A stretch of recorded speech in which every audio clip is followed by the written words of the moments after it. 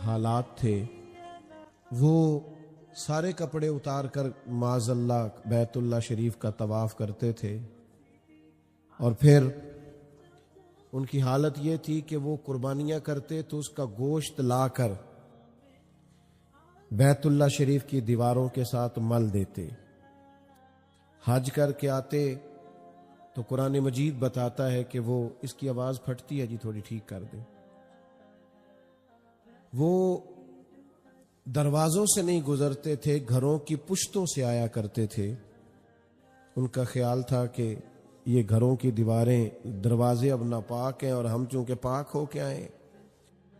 تو عجیب و غریب ان کے اندر اوہام پرستی تھی۔ اللہ نے اپنے محبوب کو بھیجا تو حضور داعیہ اللہ بن کے آئے۔ نبی پاک علیہ السلام نے لوگوں کو ذہنی طور پر، فکری طور پر مضبوط کیا۔ یہ جو میلاد شریف ہے نا، اس کی مخالفت تو بہت بڑی نادانی ہے۔ میلاد تو بذات خود توحید کی دلیل ہے۔ جب ہم کہتے ہیں حضور پیدا ہوئے تو جو پیدا ہوتا ہے وہ خدا تو نہیں نہ ہوتا۔ تو میلاد کی تو محفل اور میلاد کا جلوس اور میلاد شریف کے جھنڈے، یہ تو علامت ہے اس بات کی کہ نبی پاک پیدا ہوئے، اور جو پیدا ہوتا ہے وہ خدا نہیں ہوتا۔ تو یہ تو بعض اوقات بعض لوگوں نے نا صرف ضد بنا لیا بیچاروں نے، اور وہ ضد چھوڑنے کو تیار نہیں ہے۔ بہت سارے دلائل کے باوجود بھی بعض چیزوں کو ضد بنا لیا جاتا ہے۔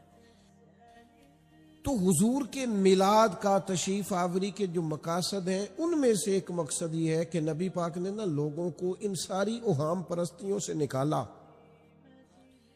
نبی پاک نے لوگوں کو بتایا کہ تمہارا خالق بھی اللہ ہے، رازق بھی، بولیے گا میری طرف دیکھیے گا، رازق بھی اللہ ہے، حیات و موت وہ بھی اللہ کے دست قدرت میں۔ یہ ساری چیزیں جب انسان کے ذہن میں بیٹھ جاتی ہے نا تو بندہ طاقتور ہو جاتا ہے۔ کوئی غلط راستہ اختیار نہیں کرتا، کسی طرف نہیں جاتا، کسی گمراہی کا شکار نہیں ہوتا، فکری توانائی اسے نصیب ہوتی۔ ہم نا آج کل بھی بڑے مسائل کا شکار ہیں۔ ہمارے مذہبی سٹیج بھی یقین تقسیم نہیں کرتے، یہاں سے بھی اس طرح کی باتیں ہوتی ہیں جس سے لوگوں کو وہم زیادہ پیدا ہوتا ہے، اوہام پرستی زیادہ پیدا ہوتی ہے۔ یہاں بھی وہ کہتا ہے میں آیا ہوں، میں تمہیں بتاؤں گا حضور کے صحابہ کی شان کیا ہے۔ بھئی آپ نے کیا بتانا ہے، وہ تو اللہ نے قرآن میں صحابہ کی شان بتا دی ہے، وہ تو احادیث مبارکہ میں سرکار نے بیان کر دی ہے۔ میں بتاؤں گا جی، بیٹھ جائیں جی، پیچھے لوگوں کو نظر نہیں آ رہا، اللہ آپ کو سلامت رکھے، تشریف رکھے۔ میں بتاؤں گا عظمت اہل بیت کیا ہے۔ بھئی آپ نے عظمت اہل بیت کیا بیان کرنی ہے، وہ تو قرآن نے بیان کر دی ہے، وہ تو سرکار کی احادیث میں موجود ہے، آپ وہاں سے پڑھیں، نقل کریں، بات ختم ہوئی۔ تو ہمارے ہاں یہاں بھی تقسیم کی جاتی ہے۔ پھر اور بہت بڑا مسئلہ ہے، لوگ جاتے تھے صوفیاء کے پاس، پیر صاحب کا کام تھا لوگوں کا عقیدہ مضبوط کریں، انہیں وہم سے نکالیں۔ تو یہاں تو تعویذ دھاگے کے لوگوں نے دکانیں ڈالنی ہیں۔ بابا جی کے پاس جائیں تو بابا جاتے ہی کہتا ہے تینوں کسی نے کچھ کیتا ہے۔ اب وہ اتنی بڑی مصیبت ہے، کوئی تو دشمن ہوتا ہی ہے نا بندے کا۔ تو بابا جی آپ نے تو اس کو مضبوط کرنا تھا، آپ نے اور زیادہ اس کا ذہن بیچارے کا منتشر کر دیا، تقسیم در تک۔ پھر لوگوں نے کہا چلو اس طرح کرتے ہیں، ٹی وی پہ بیٹھتے ہیں، رات کسی سیانے آدمی کا تبصرہ سنتے ہیں۔ تو اینکر نے بھی 4 مختلف جماعتوں کے لوگوں کو بٹھایا ہوا ہے، کوئی بات سناتا ہے، کوئی بات سناتا ہے۔ نتیجہ یہ نکلتا ہے کہ پروگرام ختم ہوتے ہی بندے مزید ذہنی انتشار کا شکار ہوتے، سمجھ نہیں آتی ٹھیک کیا ہے اور غلط کیا ہے۔ یاد رکھو دوستو، اگر مضبوطی کسی کو ملے گی تو اس وقت ملے گی جب وہ مدینے والے محبوب کے طریقے پہ عمل کرے۔ آپ جب چاہتے ہیں کہ ذہنی طور پر وہ بیچ میں جو دوست آ کے کھڑے ہو گئے انہوں نے بھی پچھلوں کو پریشان کر دیا، درمیان میں کھڑے نہ ہو، جلدی سے بیٹھ جائیں جی، آپ کے پیچھے دوستوں کو نظر نہیں آتا۔ اب یہ جو کھڑا ہو گئے ہیں بٹھانے کے لیے، یہ بھی بیٹھ جائیں، مہربانی کریں، میری طرف دیکھیں جی عزیز۔ اچھا یہ موبائل کا بھی بڑا مصیبت والا مسئلہ ہے۔ ایک دوست نے مجھ سے کہا کوئی مجھے کچھ اللہ وظیفہ بتائیں. تو میں نے کہا پہلا وظیفہ یہ ہے کہ 20 منٹ موبائل کو ہاتھ نہیں لگانا. وہ بھی صرف ہسیا اسی جویں تسی ہسے ہو, کامیاب نہیں ہویا وظیفے. او خدا کے بندو, سامنے صحافی تو نہیں نا بن جانا. اور بھی غم ہے زمانے میں محبت کے سوا, سارے اسی کام نہ لگ جاؤ. بات سنو, نبی کریم نے لوگوں کو طاقتور کیا, طاقتور. حضور داعیہ اللہ ہے. نبی پاک نے لوگوں کے ذہنوں میں یہ بات بٹھا دی کہ ہوگا وہ جو رب چاہے گا. نبی کریم صلی اللہ تعالی علیہ وسلم نے لوگوں کو یقین کی دولت دی, یقین کی. بے یقینی نہیں, کمزوری نہیں. جب ہم بے یقینی والی زندگی گزارتے ہیں نا میرے بھائی, دنیا میں سب سے زیادہ بدتر زندگی وہ گزارتا ہے جو ڈبل مائنڈڈ آدمی ہوتا ہے. کرنا ہے کہ نہیں, چلنا ہے کہ نہیں, کروں کہ نہ, چلوں کہ نہ. یقین, ایمان کی مضبوطی. نبی پاک علیہ السلام نے فرمایا جو چاہتا ہے نا مجھے ایمان کا ذائقہ نصیب ہو, یعنی مومن ہونے کا مزہ آئے, فرمایا وہ 3 کام کرے. ایک تو ہر چیز سے بڑھ کر رب رسول سے پیار کرے, ایک جس سے بھی پیار کرے اللہ رسول کے لیے کرے, اور تیسرا مسلمان ہونے کے بعد کفر کی طرف جانا اتنا ناپسند کرے جتنا بندہ آگ میں جانا ناپسند کرتا. یہ 3 چیزیں پیدا کرو, تمہیں ایمان کی مضبوطی نصیب ہوگی, ذائقہ نصیب ہوگا. پھر غور کر لیں, ہر چیز سے بڑھ کر اللہ رسول سے پیار کرنا ہے. اور یہ کرنا ہے صرف محفلوں میں نہیں کرنا, صرف نقیبوں خطیبوں نعت خانوں کے سامنے نہیں کرنا, صرف ہاتھ اونچے کر لو, دونوں ہاتھ اٹھا لو, اسی کا نام محبت رسول نہیں. حضرت عمر دیانتدار لوگ تھے نا, حضور نے فرمایا عمر سب سے بڑھ کر مجھ سے پیار کرو گے تو ایمان مکمل ہوگا. سچے لوگ تھے نا, کہنے لگے یا رسول اللہ مجھے آپ ہر چیز سے زیادہ پیارے ہیں, میں تجربہ کر کے آیا ہوں, بچوں سے بھی آپ پیارے ہیں, مال سے بھی آپ پیارے, برادری قبیلے سے, لیکن مجھے اپنی جان آپ سے زیادہ پیاری ہے. سچ بولا. ہمارے اندر جرت نہیں, ہم تجربہ ہی نہیں کرتے اپنے دل کا. برادری کو سامنے رکھ کے دیکھو, برادری پیاری ہے کہ حضور پیارے ہیں. پیسہ مال دولت بچے سامنے رکھ کے دیکھو, پھر مومن ہونے کا مزہ آئے گا, یقین کی مضبوطی ملے گی. حضرت عمر نے عرض کی حضور مجھے آپ سے زیادہ اپنی جان پیاری ہے. تو پتہ حضور نے کیا فرمایا؟ حضور نے جناب عمر کے سینے پہ ہاتھ رکھا, فرمایا ابھی ایمان مکمل نہیں ہوا. حضرت شاہ عبد الحق صاحب محدث دہلوی فرماتے ہیں وہ نبی پاک کے ہاتھ کا ہی فیض ملا کہ جناب عمر فوراً بولے, عرض کی یا رسول اللہ آپ حکم کریں, میں جان قربان کرنے کو بھی تیار ہوں. فرمایا مکمل ہو گیا ایمان. تو سب سے پہلے تو ایمان کا ذائقہ محسوس کرے. اور یار چودھری صاحب ہونے پر, چٹھا صاحب ہونے پر, رائی صاحب ہونے پر فخر کیا ہے, 2-4 دفعہ یہ بھی فخر کرو شکر ہے محمد عربی کے غلام ہے. یہ بھی ناز کرو تاکہ مزہ آئے مومن ہونے کا مزہ. ایک تو یہ ذائقہ, پھر اس کے بعد یقین کامل کی دولت. کچی پکی باتیں نہیں, پکی باتیں, مضبوط ذہن. حضور نے جو فرمایا ہے وہ حق اور سچ ہے, اس پر پورے طور پر انشراح صدر. علامہ اقبال کہتے ہیں کہ سب سے تکلیف دہ زندگی غلام کی زندگی ہوتی ہے. غلام بیچارے کی اپنی کوئی زندگی نہیں ہوتی, وہ آقا کا پابند ہوتا ہے, اپنی مرضی سے کھا نہیں سکتا, پی نہیں سکتا, جی نہیں سکتا, مشکل زندگی ہوتی ہے. لیکن اقبال کہتے ہیں یہ جو بے یقین آدمی ہوتا ہے نا, بے یقین, اس کی زندگی غلاموں سے بھی بری ہوتی. فرماتے ہیں سن اے تہذیب حاضر کے گرفتار, غلامی سے بدتر ہے تیری بے یقینی. بے یقین زندگی نہ گزارے, مضبوط سے. دیکھیں نا,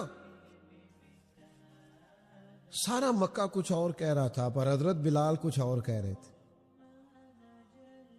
صبح و شام مار بھی پڑتی تھی اور بڑے بڑے سخت تانے ملتے تھے, کہتے تھے بلا انہیں تجھے بچائیں. لیکن وہ کہتے ہیں جیسے جیسے مار پڑتی تھی میرا ایمان اور بڑھتا تھا. اس ایمان کی مضبوطی کا نتیجہ ملا. کھڑے ہوئے نا، طاقتور ہوئے نا، انشراح صدر تھا، مضبوطی کا نتیجہ ملا. ترمذی میں حدیث ہے، نبی پاک علیہ السلام واپس تشریف لائے معراج سے تو حضور نے فرمایا بلال کیا عمل کرتے ہو؟ یا رسول اللہ کیا ہوا؟ فرمایا میں نے تو جنت میں بھی تمہارے چلنے کی آواز سنی ہے. عرض کی حضور آپ نے فرمایا تھا جب وضو کرو تو مسجد میں 2 رکعتیں پڑھ لیا کرو، میں نے چھوڑی کبھی نہیں. اس کے علاوہ تو نہیں پتا. مضبوط ایمان. یار ہمارے نوجوان نا بے یقین سے ہیں. ایک نوجوان مجھے کہنے لگا میں نے بڑے کام شروع کیے کوئی بھی میرا پورا نہیں ہوتا. میں نے کہا بڑے چھوڑ دو، ایک ہی کرو. یہ جو بڑے شروع کیے ہیں نا یہ ٹھیک نہیں. ایمان کی مضبوطی. آج نا میں کیا کروں، امت کے اندر انتشار اتنا زیادہ ہو گیا ہے. اب تو جماعتوں کے اندر جماعتیں بن گئی، فرقوں کے اندر فرقے بن گئے. اب تو ماحول اتنا خوفناک ہو گیا ہے کہ کیا کیا جائے یہی نہیں پتہ چلتا. زخم کہاں کہاں ہے، مرہم پٹی کہاں کی جائے. لیکن اللہ رسول کے وعدوں پر ہم نے مکمل یقین رکھنا ہے.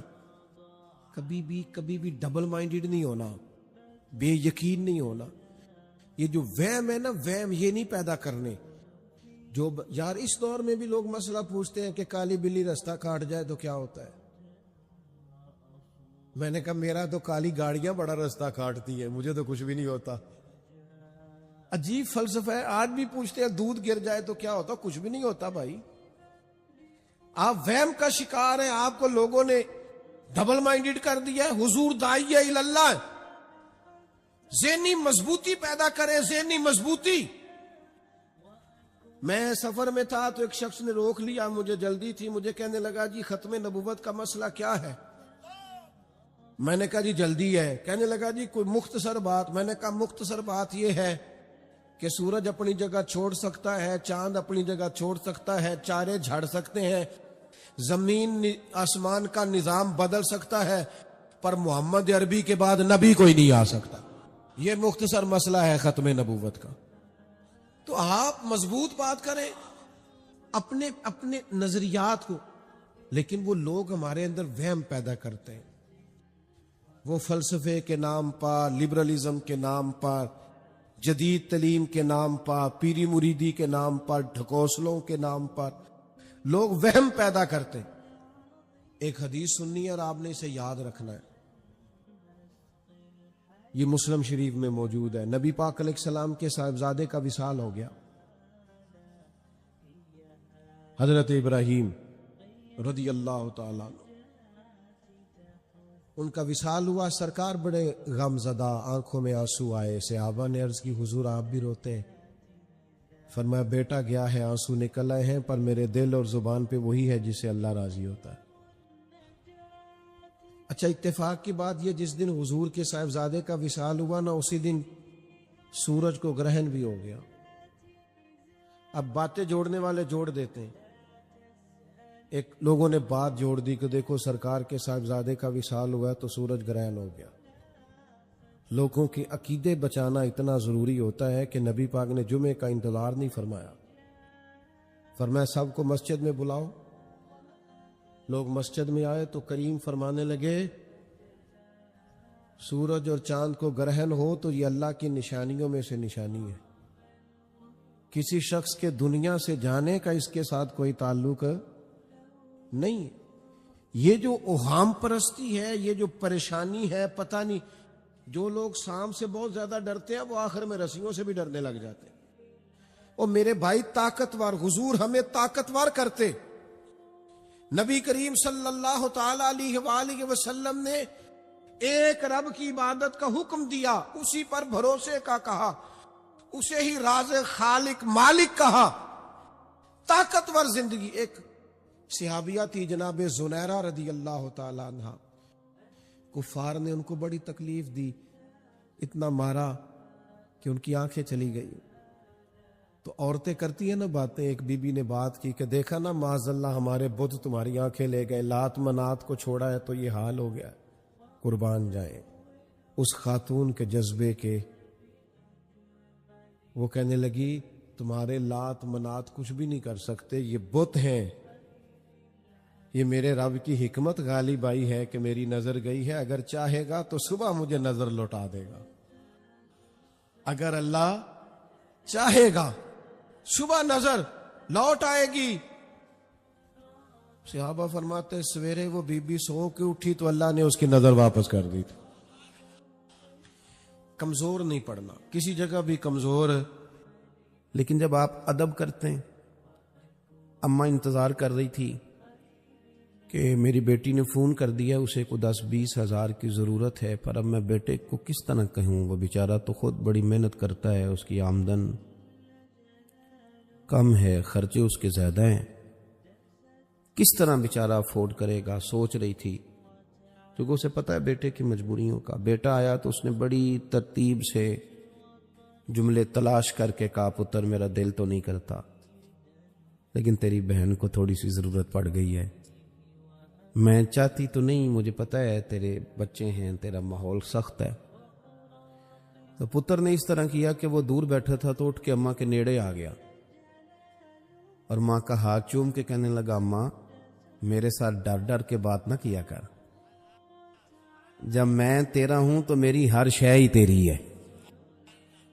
بس ٹھیک ہے, یہ اس نے ایک دن کہا نا, لیکن اماں جب بھی اس بات کو یاد کرے گی اس کا کلیجہ ٹھنڈا ہو جائے گا. وہ کہے گی کمال کر دیا میرے پتر نے, کمال. آپ رات کو آئے کام سے تھکے, ابا جی کی چارپائی پہ بوڑھے والد صاحب, تو پیروں میں جا کے بیٹھ کے ابا جی لے آؤ تھوڑا کوٹ دیاں, ہے یہ نمبر ٹانکنے والی بات ہی. بس آپ نے کہا ابا جی لاؤ تھوڑا دباؤں, تو ابا فوراً کہتا ہے پتر میں کیڑا حلوان گیا سا, تو کم تو آیا جا سو میرا پتر جا کے. وہ نہیں دبانے دیتا, لیکن وہ بوڑھا کمزور باپ. آپ چلے گئے, اس نے چہرہ رضائی میں چھپایا, کوئی اور نہیں تھا, وہ تھا اور اس کا رب تھا. سو اس نے پھر رو کے کہا یا اللہ میرے پتر کو نا لمبی عمر اور عزت والی زندگی عطا فرما. اور سویرے اس نے چوک میں کھڑے ہو کے دعا مانگی, یا اللہ انج دی اولاد سارے انو دئی, میرا پتر تھکیا ہوندا ہے تے مینوں کٹ کے. آپ سمجھ لیں بات کو, آپ توہین کریں گے معاشرے میں تکلیف پیدا ہوگی. آپ ادب کریں, احترام دیں, آپ اکرام کا مزاج بنائیں, عزت دینا شروع کریں, معاشرے میں سکون پیدا ہونا شروع ہو جائے. لوگوں کو آپ پی ایچ ڈی کر گئے, آپ نے تخصص کر لیا, مفتی بن گئے, حدیث پر آپ نے محنت کی, اللہ تبارک و تعالیٰ نے علوم حدیث عطا فرمائے, آپ کو لوگوں نے شیخ الحدیث کہا, آپ مسند ارشاد پر بیٹھے پیر صاحب ہو گئے, آپ مسند تدریس پر بیٹھے استاد جی استاد جی استاد جی کی آوازیں آنے لگیں, بڑی بات ہو گئی, بلے بلے ہو گئی. پر ایک استاد تھا صرف آپ کا, میٹرک پی ٹی سی, اور آپ پی ایچ ڈی ہو گئے. بڑی پجاروں میں آپ گزر رہے تھے, استاد جی سائیکل پہ تھے, تو جب آپ پجاروں میں گزرے تو استاد جی کو دیکھ کے بریک لگائی, نیچے اترے, سلوٹ مارا, طبیعت کیسی ہے, تو وہ بیٹھ کے دوبارہ سائیکل پہ جائے گا, لیکن اسے یوں محسوس ہوگا کہ اس کی یہ سائیکل پجاروں سے مہنگی ہو گئی, اس کا درجہ بڑھ گیا ہے. لیکن اگر وہ گرد ڈال کے چلا جائے استاد جی پہ تو اسے تکلیف ہوگی کہ میں نے, میری بات کو آپ سمجھیں جو میں نے بات شروع میں کی, کہ ادب کریں گے تو معاشرے میں سکون پیدا ہوگا, بے ادبی کریں گے تو اس سے معاشرے میں بے سکونی, بے چینی, بے قراری. ہمارے ہاں تیزی سے بے ادبی پرموٹ ہوئی ہے, پرموٹ کی گئی, یعنی اب ہم گپ شپ نہیں کرتے. یہ جو گپ شپ ہے نا, اب ہم نے کسی اور گناہ کا نام بدل کے گپ شپ رکھا ہے, اصل میں کرنی ہے چگلی, غیبت, نام ہے اس کا گپ شپ. جس طرح لوگوں نے جھوٹ کا نام بدل لیا نا, جھوٹ کا نام بدل کے لوگوں نے بہانہ رکھ لیا ہے, کہتے میں کو بہانہ کر چھڑیا سی, حالانکہ اصل بات یہ ہے کہ جھوٹ بولا تھا. ہم نا تیزی سے ایک دوسرے کے خلاف تعفن پھیلایا, اور جب میں کسی کے خلاف لوگوں کو اکسا رہا ہوں تو میں یہ کیسے سوچ سکتا ہوں کہ میرے حق میں رہ جائیں گے؟ کسی کے حق میں نہیں رہے. آپ نام لے لیں، معاشرے میں پوچھ لیں پولیس والے کیسے ہوتے ہیں. لوگ کہیں گے توبہ توبہ. چلو جی پولیس والے خراب ہو گئے تو پٹواری ٹھیک ہوتے ہیں؟ ہاں نہ تو کرے نا. چلے ان کو بھی چھوڑ دیتے ہیں. سیاستدان، تاجر، چلیں آپ کبھی تجربہ کر لیں، عوام میں بیٹھ کے پوچھیں مولویوں کے بارے میں کیا خیال ہے. میں صحیح کہہ رہا ہوں آپ کو، آپ پوچھ لیں. بہت سارے لوگ کہیں گے اللہ ہی بچائے جی. میں صحیح کہہ رہا ہوں، اور یہ ہنسنے کے لیے نہیں، رونے کے لیے کہہ رہا ہوں. آپ میری بات کو کیوں بھلا ہم نے نا ایک دوسرے کے خلاف بیٹھ کے باتیں کی ہیں. ہم نے پری پلان یہ سارا کچھ کیا. ہم نے خود آگ لگائی ہے چمن میں اپنے. بے سبب گردش ایام کو الزام نہ دو، ہم نے خود نور کا ظلمت سے کیا ہے سودا. ہم نے خود نور کا ظلمت سے کیا ہے سودا. کر کے توہین سحر شام کو الزام نہ دو، ہم نے خود پرموٹ کی بے ادبی، توہین، ایک دوسرے کے خلاف کہانیاں. ایسا تو نہیں ہے نا کہ میں کسی کا ادب کروں اور میرے شاگرد میرے مرید نہ کرے. یہ کیسے ہو سکتا ہے؟ ہم نے کیا ہی نہیں، مزاج ہی نہیں بنایا، یہ ذوق ہی نہیں. ہم نے بس لوگوں کو یہ کہا کہ ایک میں ٹھیک ہوں، ایک وہ ٹھیک ہے جو میرے پیچھے ہاتھ باندھ کے چلتا ہے، تیسرا کوئی ٹھیک ہے خدا مجھے ایسی خدائی نہ دے کہ اپنے سوا کچھ دکھائی نہ دے. ہم نے تو معاشرے کو گدلا کرنے میں، میلا کرنے میں کہ ایک دوسرے کا احترام شروع کریں، پیار شروع کریں، ادب شروع کریں، ایک دوسرے کی ضرورت کو محسوس کریں. یہ جو تعظیم ہے یہ حسن ہے دین کا، یہ وقار ہے. غوث اعظم شیخ عبد القادر جیلانی، میرے میراں پیرے پیراں. کسی نے کہا حضور سادہ ہوں، ان پڑھ ہوں، دیسی بندہ ہوں، کوئی موٹی سی بات دین ہے کیا؟ تو غوث پاک فرمانے لگے میں نے 40 سال دین پڑھا ہے، اور اس سے پہلے 12 سال میں نے صرف پڑھا ہے. فرمانے لگے میں اس نتیجے پہ پہنچا ہوں کہ مدینے والے رسول کا سارے کا سارا دین ادب کا نام. سبحان اللہ، سبحان اللہ. یہ بے ادباں مقصود نہ حاصل نہ درگاہ ٹوئی، سبحان بانج ادب دے محمد بخشا توڑ نہیں چڑھیا کوئی.